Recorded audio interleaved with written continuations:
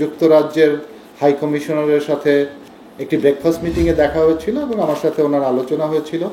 সেখানে উনি আমাকে জানিয়েছিলেন যে তারা এই সফরটিকে সরকারি সফর অর্থাৎ অফিসিয়াল ভিজিট হিসেবে আপগ্রেড করেছেন।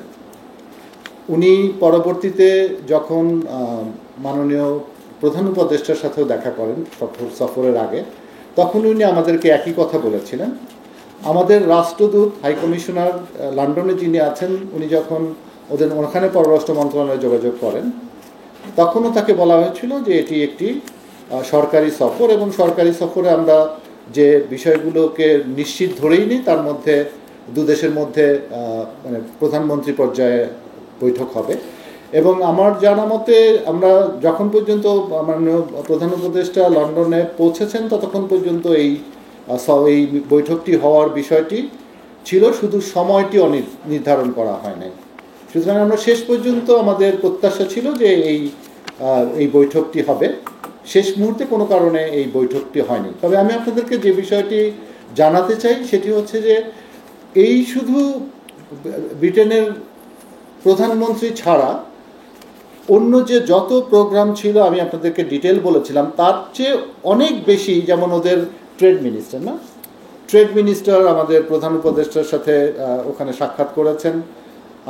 ওদের বাকি স্পিকারের তো সাথে এমনিও এটা শিডিউল মিটিং ছিল, ওখানে স্পিকারের সাথে যখন মিটিং হয় তখন আরও কিছু ডিগনিটারিজের সাথে সাইড লাইনে দেখা এবং মিটিং হয়েছে এবং হাউস অফ লর্ডসের একটি সেশনও আমাদের মাননীয় প্রধান উপদেষ্টা সহ এটা ওনাকে নিয়ে যাওয়া হয়েছে, অর্থাৎ এবং সম্পূর্ণ প্রোটোকল দেওয়া হয়েছে, যেটা অফিসিয়াল ভিজিট না হলে এইখানে দেয়া হয় না।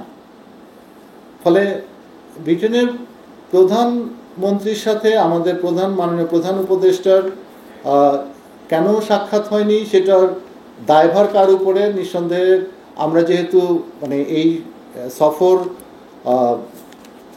সফর পরিচালনার অংশ ছিলাম, সুতরাং কিছুটা তো দায়ভার আমাদের উপরে আসেই।